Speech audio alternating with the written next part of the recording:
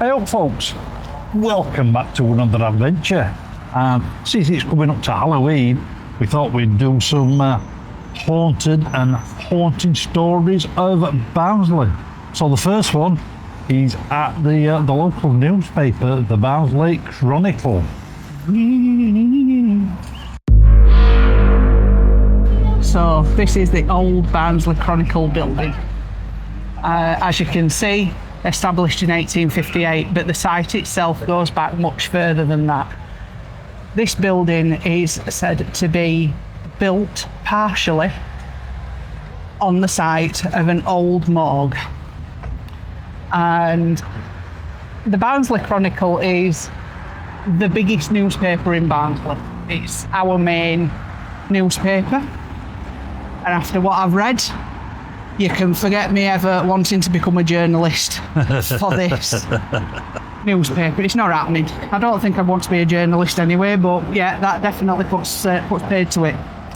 So it's said to be there's a haunting of a woman in white. They're always in white or grey. But this woman in white, she weeps constantly. And we don't know why. Nobody's ever found out. There's no theories as to why. But I kind of wonder if maybe she's from the morgue days. She might be weeping for her own lost life. Or maybe she's weeping for a loved one that she can now not find in the afterlife. But the more disturbing haunting, and the one that really puts me off ever going in that building to work, I'd go in to do a ghost hunt, but I'd want to be out afterwards. There's a black shadowy entity like smoke that travels from room to room, and there is an old wives' tale, if you like, that says that demons like to roam around morgues, and they are basically searching for lost souls or souls of the dead, to capture those and take them back to the afterlife, into hell, to do their bidding. So could that smoky entity be a demon that just isn't aware that it's no longer a morgue?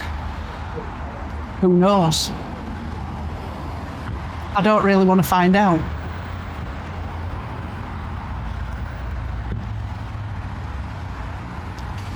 Ooh, creepy, eh?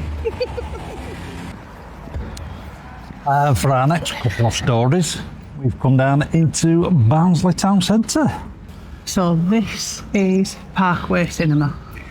Parkway Cinema used to be known as the Barnsley Picture House, so it's been a cinema for a really long time. During the 1980s, this is where our story takes place. It's a busy bus route, is this as well? We're just next to the interchange, so sorry about that, folks. So, Barnsley Picture House in the 80s called out an electrician to do some servicing on the exit lights and the emergency exit lighting, all that system. And as he walked down into one of the emergency exit corridors, he shuddered in what seemingly was like fear, but for no reason. There was no reason for it whatsoever. And he claimed it was like walking into a freezer. He did what he needed to do, his work, and he bumped into the caretaker once he'd finished his work. And he asked the caretaker why the corridor was so cold. The caretaker replied, "Can you feel it too?" So the lighting in the corridor had all blown. There were no bulbs at all that worked. And the caretaker continued to explain that the reason for the lights blowing was that a fire had broken out one Saturday back in 1908. So that was 1 year before my nan was born. Long time ago. 16 children were killed that day in the mad rush for the exits. Some died of smoke inhalation in the corridor itself. And the lights have blown ever since, apparently. I've never been in there, so I can't really confirm it. These are just stories from the internet. The corridor remains cold even when the heating is on, and staff have reported hearing children's screams and the smell of smoke when the building is closed. This is our local family-run cinema. It's not a cinema that is owned by a big chain or anything like that. It is pretty cheap as well, from what I understand. And I think, as you can see, you know, they have some up-to-date films on, but they also show like music concerts and things like that have been recorded, some classical, some more up-to-date. They have all sorts of events going on. So if you're a Barnsley local, or even if you're in South Yorkshire, come and visit it. Have a look on the website, see what they've got going on, and support them, because if we lose this, it'd be a real shame. Yeah, support your local businesses. Yeah, absolutely. And if you look, they have actually got Terrifier 3 on at the minute. And we want to see that. We watched Terrifier 1 and Terrifier 2 last night. And I'm impressed for modern films. Yep, from Monday Horror. So I kind of want to go and see that. I think we might have a trip here while it's on. See cinema. So that is Parkway. Our next adventure is right across the road at Mother Hubbard's. Okay, so Mother Hubbard's, as you can see, is a famous fish and chip restaurant. What's famous about them, I don't know. However, the building itself has a few stories to tell. It used to be the Room, which was a night spot. It was a nightclub, bar, and there was a lot of stories came from that day. I'm kind of hoping that Mother Hubbard's staff still have these stories. Over the years, it's passed through many hands. There's been a lot of landlords, there's been a lot of tenants. Nobody ever seems to escape what goes on in that building. So I'm kind of hoping that these staff over here are getting just as jittery and gibbery as everybody else has over the past. So the building itself, as you can see, quite old. It was built at the turn of the 19th century. And there's 4 floors in total to the building. And every single one of them appears to be haunted. So the most prominent haunting in this building, we'll concentrate on that one, is that of a lonely spinster. She wanders around and is believed to be in search of a man to marry, basically a husband of her dreams. And unfortunately, she tragically passed away before she could fulfil that dream. And now she's said to be wandering the corridors and the rooms and the halls of the building across the road in search of a husband. So, be careful, lads, the next time you visit Mother Hubbard's. Somebody might take a fancy to you. And it might not be somebody of the living kind. Our next adventure, we're on the aptly named cemetery on Cemetery Road, just on the outskirts of the town centre. So, cemetery on Cemetery Road. This is one that I've not had a walk around, but it does look very interesting indeed. But the reason that we've come here today is because it is said that on the day of funerals, by these gates, an old undertaker, tall in stature, thin, wearing a smart top hat with silk tails, in a morning suit, stands by these gates to welcome the newly dead that are about to be buried inside the cemetery. He's never seen at any other time. Literally, only when someone is about to become a new resident here at this cemetery. Spooky, eh? For our next adventure, we're in a creepy forest. This is not far from one of the places I grew up in. So this is Rockley Furnace and Tower. So this is the imposing Rockley Tower, or Station Tower. I believe it was something to do with trains back in the day, but now over the years these ruins have been play places for kids. We all do it. We all grew up and went to places where we shouldn't really have been and climbed and did all sorts of stuff that we shouldn't have been doing. Apparently, one of those children was playing in here and they fell to their death.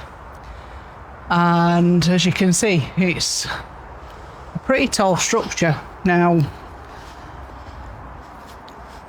dog walkers frequent this area. Hey, we all go dogging. Not that kind of dogging. Dog walkers. And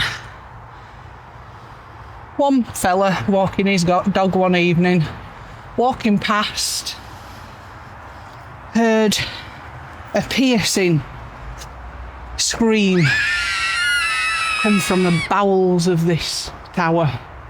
He didn't hang around too long when he noticed that there was nobody that needed help. He took his dog and scarpered very quickly. Let's have a look inside. So, as you can see, hopefully you can see, there's quite a few dips in the stone itself where kids could climb, get up into the windows, sit, play. Plenty of places to, grab onto. Maybe just lost the footing on the way up or on the way back down, depending on how high they got.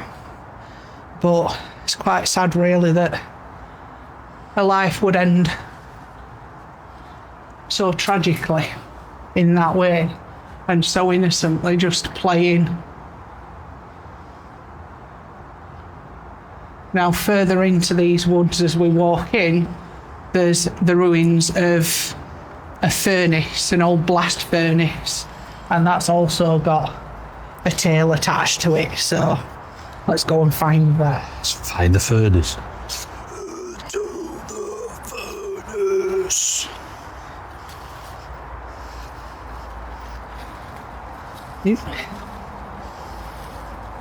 Creepy, creepy woods.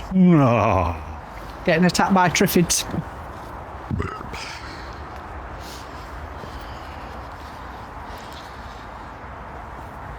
If you do end up coming here, be careful. The footing is quite Yes, and at the minute, treacherous.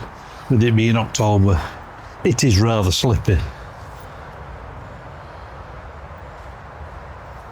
Let's go this way. That way. And there's noises. Because there'll be a lot of wildlife and other creepy entities in here as well. And that's just me. They could be human in nature, they could be animal. Who knows? Now I'm getting attacked.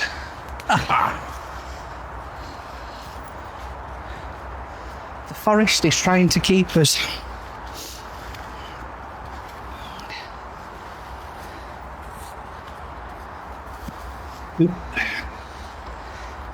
The tree roots are trying to kill us. Yep.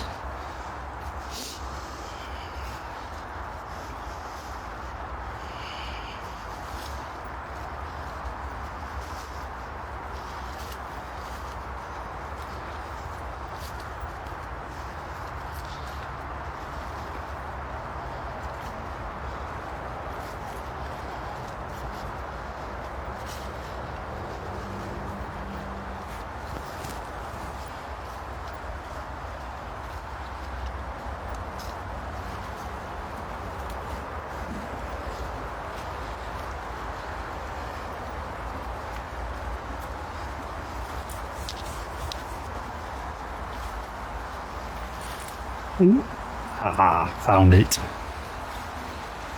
Eyup. It is. Watch out for this bridge. Hee hee hee.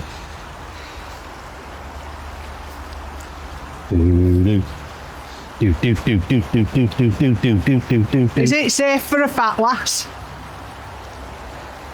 I thought I'd let you go first, just in case.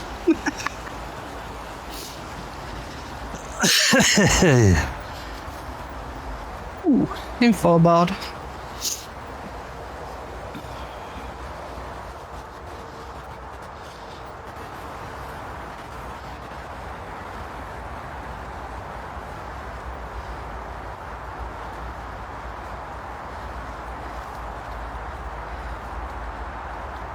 Here's the furnace.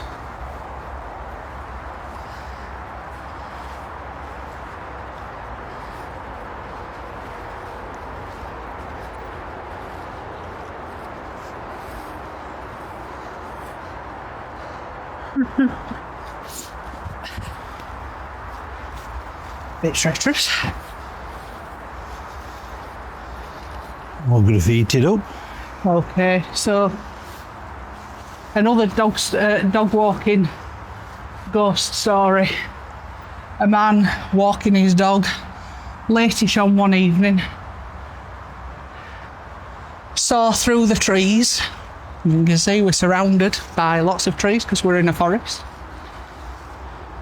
A bright light shining through the trees.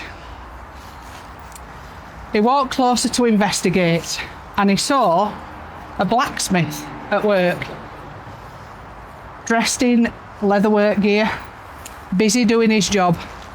The blacksmith never actually acknowledged the dog walker. He just continued with his work. All of a sudden, there was a large, bright flash, which caused the dog walker to cover his eyes. It was so bright. When he could open his eyes again, it was literally just like this. Nothing was happening. It was returned to ruin. No working blacksmith. And the dog walker was just left with an eerie feeling that he was being watched from a distance. Needless to say, he also didn't hang around too long to find out what was watching him. Ah. I don't think I would have either. But looking at the graffiti and, you know, things, although there's not much rubbish about, but it does look like kids do come around here and Yeah, that still do. probably drink alcohol away from the parents, possibly even worse.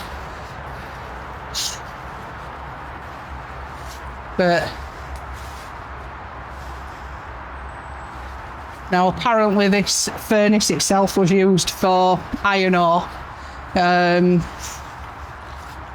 which then went into helping railroads, industrial efforts in the area, part of the Industrial Revolution, early 1900s. It's quite a good structure still, to be fair. It's largely intact. I don't think it'd take that much work to get it going again if they absolutely needed to, but Probably won't. current climate, I don't think Labour would allow anything like this, but it's nice that we have these kind of structures in our area still. Yeah. It's sad that most kids won't even know what these structures are or what they were used for. I just like the fact that they've got ghost stories attached. I quite like ghost stories.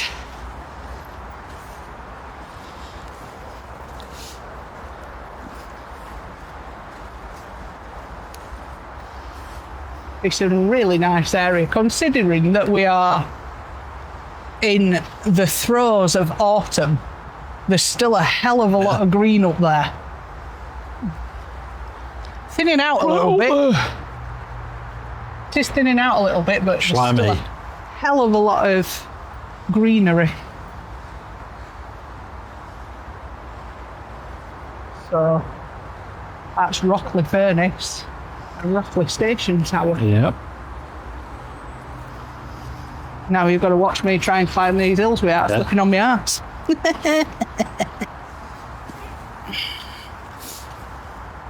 Conkers. Now I've got to try and get up. Hey. Conkers. I am. Oh, conkers. Look, conkers. Oh, what was conkers? What was conkers? Kids have nicked them. Horse chestnuts too.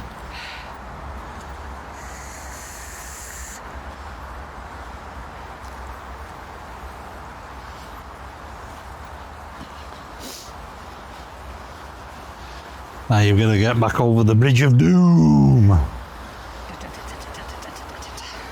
Shout for the Gruffalo. Little pig, little pig.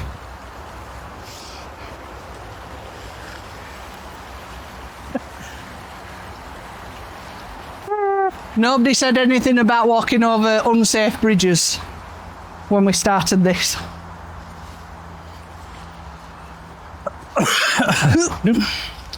Forward, Lisa, forward. Ow.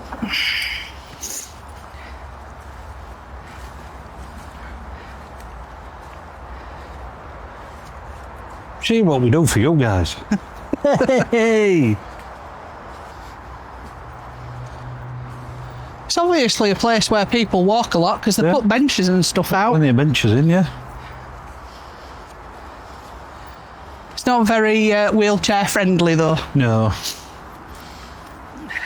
I don't think it's ever been wheelchair friendly. No.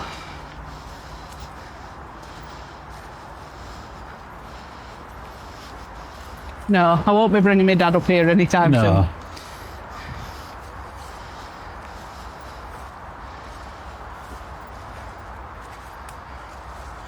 Steps. At least it's steps. Up there. Up there.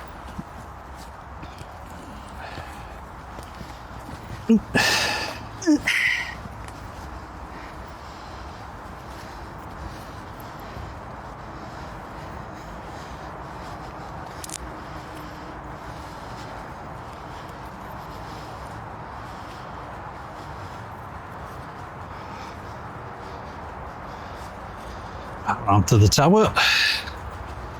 Something's been building a mansion. Yeah. Hey. A very big mansion because it comes all the way around here. Loads of mansions.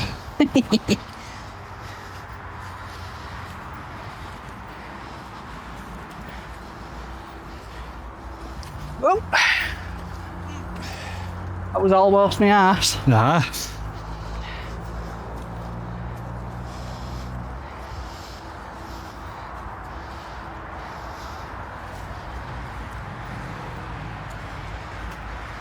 Make sure that my tyres aren't being slashed now by some unseen entity. Well.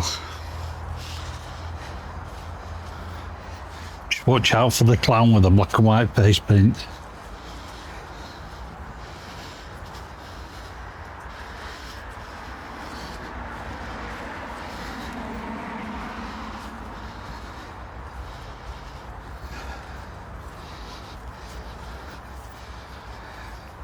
We made it out of the woods, guys. We made it out of the woods.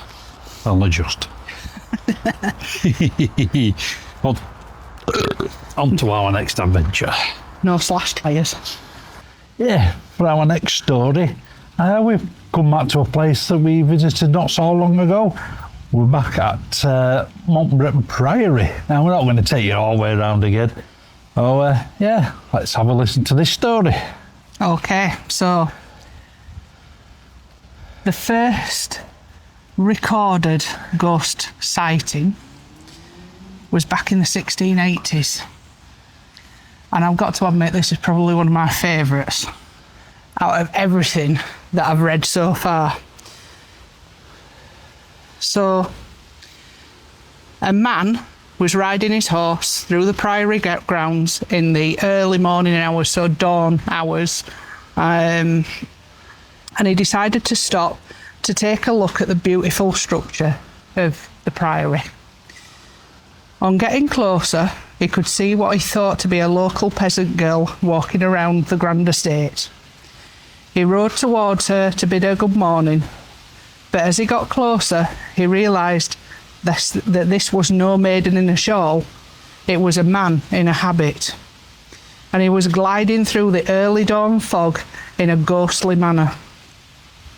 The figure turned in the direction of the rider, and before he knew it, the figure was stood by his horse. The man looked down at the hooded figure for it to reveal its hideous, skeletal face, which struck fear into the man. His horse reared and bolted, the man barely holding on, and the horse did not stop until it reached Worsborough. It was that scared. Poor horsey. I've got to admit that'd be pretty freaky. I bet there's a lot more ghost stories here. That one was recorded in the 1680s, so that's quite an old one. But was one of the nicer ones that I found. Yep. Nicer as in funky, cool, not... Obviously it wouldn't be nice if it happened to you. Not really. No. Right, so on to our next story, which is actually just across the road. It's also part of this priory, really. Yeah. But there's a mill just across the road, so we're going to take a walk there. We'll see you across there. And just 2 minutes walk across the road is a public house called the Mill of the Black Monks. So the Mill of the Black Monks, as the name suggests, was an original mill to the priory. Now got a busy main road in the middle of it, so really sorry about that. Not much we can do about the noise. It's known locally as the alehouse of the dead. There's a lot of ghost stories and entities attached to this building alone.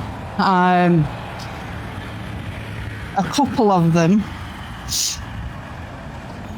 I think I've got a couple here. There's a black figure of an 11th century monk, and it's been seen many times gliding its way from the priory ruins where we've just been, and it comes over this road to the mill before disappearing in the doorway. Which doorway I'm not sure, because there's about 3 doorways there. This monk has also manifested itself in the shadows of the bar and is said to be so lifelike that the patrons believe it to be someone in fancy dress until the figure disappears, causing the blood to run cold. This phantom monk is just one of the many hauntings in the old mill. Customers have reported seeing small objects move seemingly of their own free will. Drinks have moved to an empty seat at the table. These monks obviously appreciate good Yorkshire brewed ale. I reckon so, because it's a free house, is this one, as far as I'm aware, so some good beer across there. Yeah. It's got some really good reviews for food as well, so if you're in the area, drop in and give them a go, see what you think. You might get more than one type of spirit. Yeah. And for our last story, unfortunately we can't visit the actual site because it no longer exists. But there is a monument at this church in Darfield. This is All Saints Church, Darfield. This is about a mining disaster. We just have to find the monument. Yeah.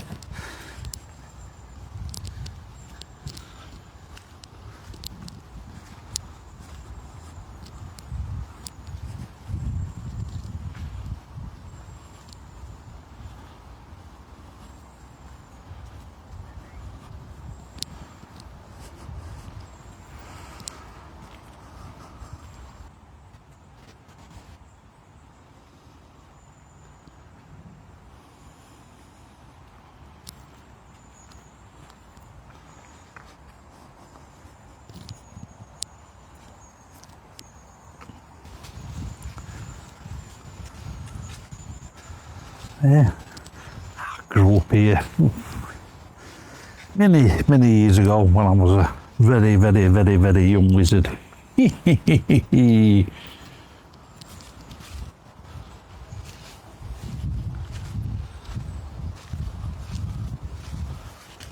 Oh, that's definitely seen better days.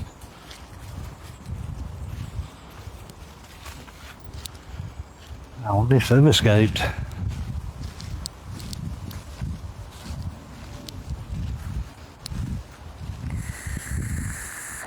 No. Yep. It's a tall structure, so that's what I'm looking for. There's a couple over there, isn't there? Yep.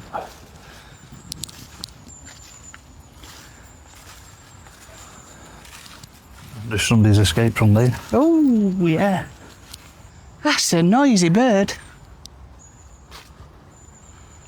I've got one of them. Only when I need to be.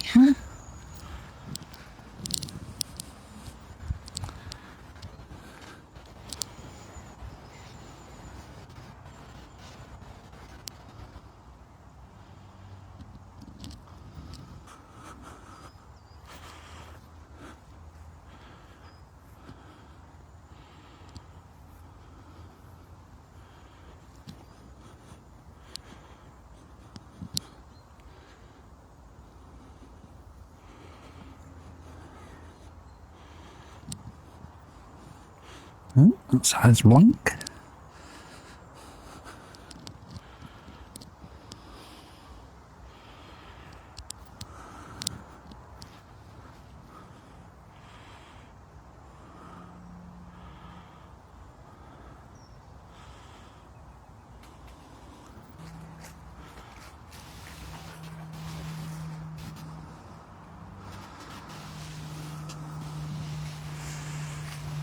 Ready?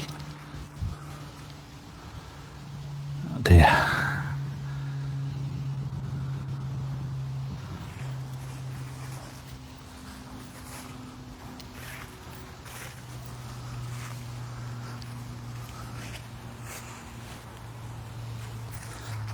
Quote from Bill Watch. We think we found it. It's going to be like the attack of the killer ladybugs, Yeah. because they're covered. Yep.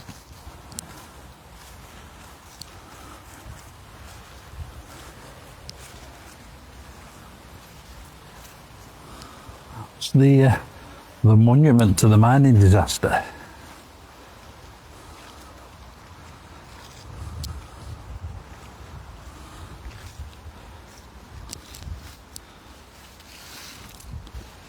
If you can read that. The blood of Jesus Christ, his Son, cleanses us from all our sin. I don't know if you can see. Actually covered in ladybirds. At the side, it says, erected to commemorate the Lundil explosion of February the 19th, 1852, in which 189 men and boys lost their lives, of whose bodies 146 are buried near this place. Prepare to meet thy God. So I'm going to step away from these ladybirds a little bit, in case they're getting a bit anxious.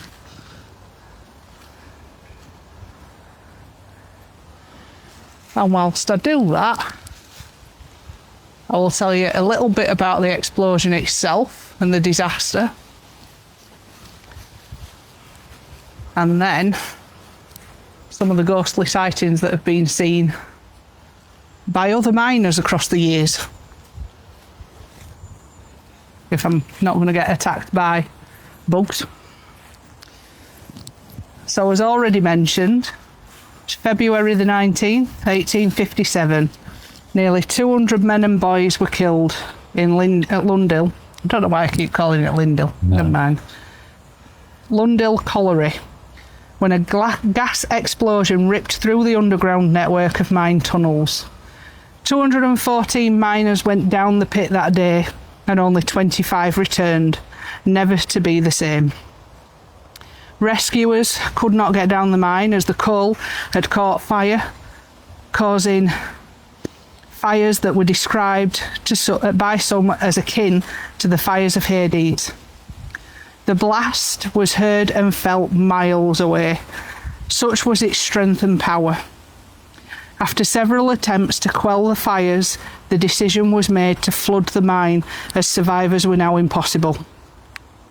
It took several months to recover 185 bodies, leaving some lost forever to the devastation.